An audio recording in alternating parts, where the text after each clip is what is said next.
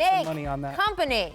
This is amazing. All right, I want to talk about this for a little while because every team is required to have like a business seminar with their players as a required thing in the CBA. Here's what the Warriors did for their business seminar. Dr. Dre and Jimmy Iovine showed up at Warriors practice yesterday. Not even fair, man. Steve Kerr was saying it takes a lot to impress our guys, but they were like school kids. Tracy, you never had an organization that set you up like that? Not even fair. You see this No. $3 billion they sold Beats to Apple. $3 billion.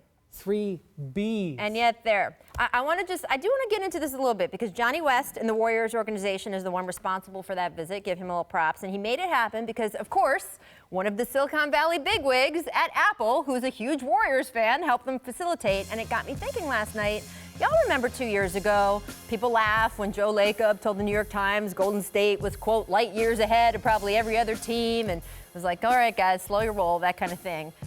But T-Mac, I'm not even talking about the 3 finals appearances and the 2 wins, although, of course, that's nice. When you look at the city and the opportunities it brings and the owner and the GM and your old agent Bob Myers and Steve Kerr being the coach. I mean, what are you and left to the even fun say? and creativity? No, well, I want to say, any team in the league as a player, if you had your choice of any team in the league, organization to go to, is it the Warriors hands down? Is it the Celtics, if you look at the way they're set up right now and the history of that team? Who's the team? Well, because of Silicon Valley and knowing what those guys have an opportunity to do away from the basketball court, the great business opportunities. I mean, from a basketball standpoint, for me, it has to be Golden State. You know, for basketball and business is the perfect situation.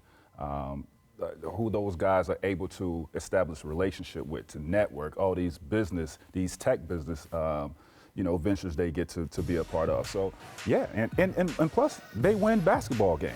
So it will have, if I had to choose, yes, it'll be Golden State because of the overall. Well, first off, happy birthday to Joe Lacob today, their owner. Oh, boy. He's a little guilty of being arrogant at times, such as that light years quote, but he made 3 tremendous hires. He hired Rick Welts to be their president. Yep. He hired Bob Myers to be their GM. He hired Steve Kerr to be their coach.